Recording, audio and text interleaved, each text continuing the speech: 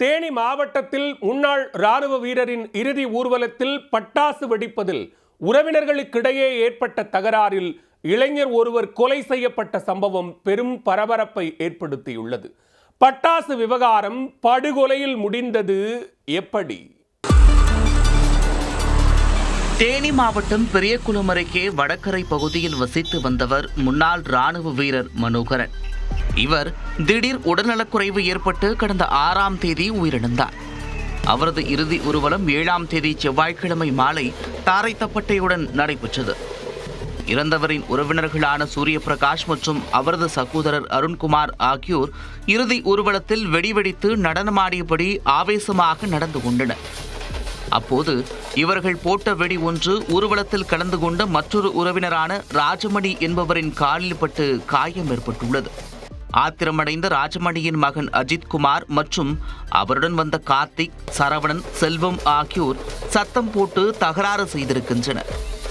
இதனால் இருதரப்பினருக்கிடையே வாக்குவாதம் ஏற்பட்டு கைகலப்பாக மாறியுள்ளது.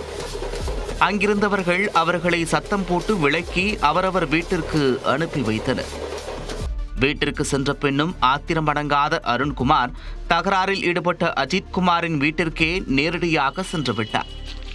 வீட்டிற்கு வெளியே நின்று சத்தம் போட்டவரை அஜித்குமார் தரப்பினர் அரிவாள், கத்தி உள்ளிட்ட ஆயுதங்களால் கூட்டாக சேர்ந்து தாக்கியதாக கூறப்படுகிறது. தாக்குதலில் படுகாயமடைந்த அருண்குமார் அங்கிருந்து ஓடி சிறிது தூரத்தில் உள்ள ஓடையை ஒட்டிய புதருக்குள் விழுந்திருக்கிறார். தம்பியை தேடி கொண்டு வந்த அண்ணன் சூரியபிரகாஷ் அவரை எங்கு தேடியும் கிடைக்காத நிலையில் பெரியகுளம் காவல் நிலையத்தில் புகார் அளித்துள்ளார்.